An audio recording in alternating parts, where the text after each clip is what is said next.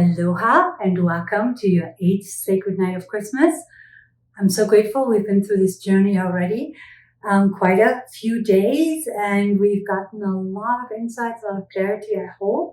I'm listening just as you are, because I don't know anything when I come here to this message, I'll just sit down and connect to the higher self and I let it talk through me, and I hope what's coming through is useful for you. And I sort of learn to trust that, because my mind will always tell me, probably not, but you probably have the same mind. We all have these minds that tell us that what we're bringing through, what our intuition tells us, is not accurate. And then we try to think about it and try to make sense of it and use evidence in order to make a good decision. But really the evidence is only being considered by the brain, and the brain is our computer. And so if I tell you, ask your computer what clothes to wear today, or who your soulmate is, if it comes to bigger questions, or what your next calling is in life, your computer will probably tell you something. You Google what's my calling and you'll get something, but you're not going to get something that's really relevant for you and correct, right? And so that's what we do. We use a faculty, which is our brain, in order to try to get messages about something that the brain cannot know anything about. And that's not the right action. But it feels safer, it feels more secure, because our brain is the one that tells us all the time that we're wrong, and it'll stop saying that when we listen to it. So I want to encourage you to realize your brain does not know what's going on. Your brain is a computer that's programmed, and it's programmed by your past. That means if you listen to your brain, you can only create and recreate the past. Yeah? So if you want to move beyond that into your next amazing life in the next year to be absolutely out of this world, then you need to listen to your higher self. You can't do that via your intuition. Intuitively, I should do this or that. That's an option if it comes to, I would say, not so important things like, should I leave the house now or later? Should I book a person on Thursday or Wednesday? Those are simple things. Excuse me. But when it comes to actually important life questions, should I quit my job and find another one? Which apartment should I buy? Things like that. Which school should I send my children to? How can I best serve my aging parents? Things like that. Then you actually want to ask your higher self, right? Your higher self, as I mentioned before, has the most accuracy compared to your intuition. Now, when I ask my higher self about these cards here, I've learned to just trust what's coming through, because my brain will always tell me, probably not right, something else is accurate, but I've found out through, you and my clients telling me that, these pieces of information were actually accurate and useful. So in this case, I'm sitting in the not knowing, I'm just sitting in the trusting that this information is good for you. And I want to encourage you to do the same with your skill, with your calling, with something that you feel you are good at, or that's you love doing, that it's important for you. Yeah, you may not yet know what your calling really is, but you already have something that you know is important and you love doing that. Trust that. Yeah. Now, if you'd like to know more what your calling is, then you want to get in touch with your higher self. How do you get in touch with your higher self? I've mentioned the vibration, and there's an actual proven step-by-step process how to get to that. And the process starts with mastering your energy. And so I shared a few tools with you of how you can master your energy and your vibration. And I want to share another one with you today that you can use in order to have a better vibration and have more energy. Yeah.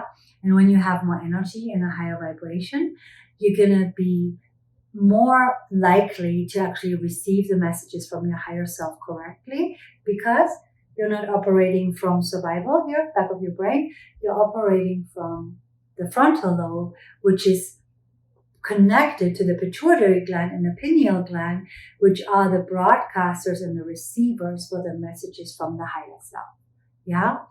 So that's actually real. This radio station idea is real. So before I share this tool with you, let's look at our card. Card of today. Tune in with me if you would. Ground. Have your eyes up at the third eye. Your gaze at the third eye. Tongue on the roof of your mouth, spine upright. And breathe in and out of your roots.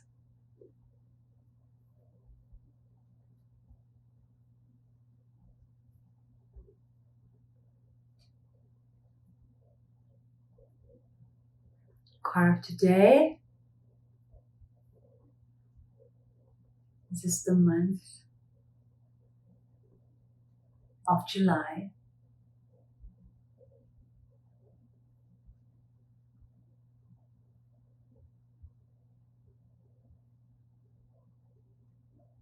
Actually, skip that. This is the month of August.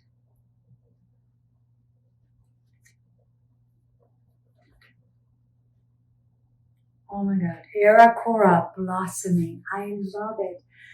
Look how beautiful this is. You've now transformed in the last month, and now you're actually blossoming. This is the card of today. Ariya Kora, and it's blossoming. So this is again a fairy card, Deva and fairies, and it has to do with you blossoming into your new way of being, into your new life, right? And as we said, this is going to be one of the best years ever. And this has to do also with abundance. It has to do with you actually really getting your abundance totally in check this year. And I have a commitment with my tribe, with my membership, that I want to help everybody in my membership to literally up-level their abundance this year. And we're going to use metaphysical tools to do that. And we're going to use the help of the angels and the ascended masters, basically all the light beings that are available to us in a way that's safe and in a way that's actually honoring all that is. Yeah, to me, that's just so important. You can't gain something if somebody else suffers. So we have a wonderful way of doing that. And I'll share more with you about that if you'd like. Just let us know also in the emails and in the comments what you'd like to know more about. This is so spontaneous, so there are so many things we can share. But what I want to share with you today is that one tool that'll help you up-level your energy, and it'll work instantaneously, and I hope you'll use it. So take a deep breath with me. Ground one more time, breathing down into your roots. And in from your roots. Recharging now. As you breathe in, you're recharging your energy. Breathing out one more time, letting go of used up energy out of your body and aura into the earth. And then in from the earth, fresh life force energy. Now breathing up all the way to God or source. You can let go of the thought about your roots and focus on your crown chakra and focus on this light rod that's going up. You may know this meditation, but I'm going to add something that you may not know. You're breathing up all the way to source. Like a whale spouts out, that's the out breath. The in-breath comes in from there with clarity and insights. You're breathing out again, all the confusion, false beliefs. And you breathe in again, clarity and insights.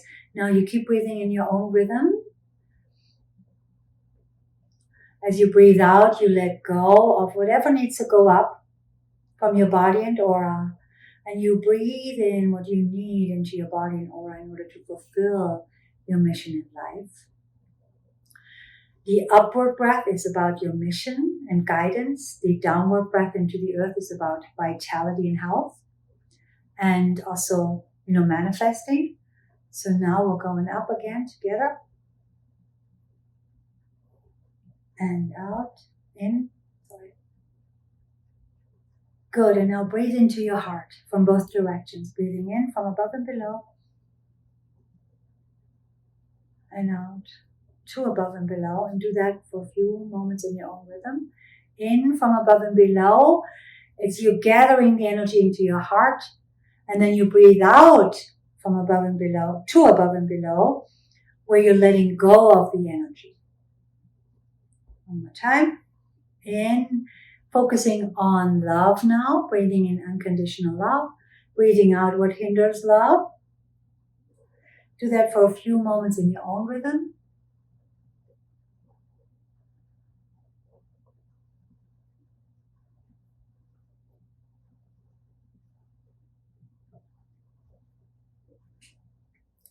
And your next exhalation goes into your body and aura. Ideally, I don't have a lot of time right now with you because I want to make this video not too long, but ideally do what we just did for about 5 to 15 minutes. And then you start breathing in from above and below, and now out into your body, filling up your body with beautiful energy from the divine, filling up your aura, letting it overflow into your aura, and in again. Out into your body and aura. And with every exhalation, you're actually fueling your body and aura as if you were pumping up a balloon. It gets bigger and bigger. Do that in your own rhythm now, breathing in into your body and aura, and breathing out into your body and aura. So it's a double filling, right? You're filling on your inhalation and you're filling on your exhalation with pressure that moves outward. Once you're ready, once you're totally filled up, you're going to let it overflow out of your aura like a sun sends its rays out in all directions. And you do this hand movement and you say, I radiate. Let's do it together. Breathing in from above and below. And you say, I radiate. One more time. Breathing in from above and below. Fill yourself up with this good energy, and now you radiate out. I radiate. From now on, your body knows this movement. It means I radiate. I'm sending energy out rather than I'm taking energy in. The cool thing about that is when you do that, you'll actually not attract so much energy from the outer world into your field. And this is specifically important for the angels or the highly sensitive beings around us and the highly sensitive people, yeah? And it's also important if you are in an environment that's very challenging, work-wise or energetically in any case. So it's basically good for everyone. As you breathe in from above and below, you're getting the best energy into your system at all times after you did the breath for long enough. So now you're purified. And then you're breathing out in all the directions into your body and aura, and you're filling it up every time. So when you are full, you cannot attract energy, right? A full glass cannot have more water be added to it, yeah? So therefore, you're basically not attracting from the world, but you're giving to the world from your overflow. It's a very beautiful thing to do.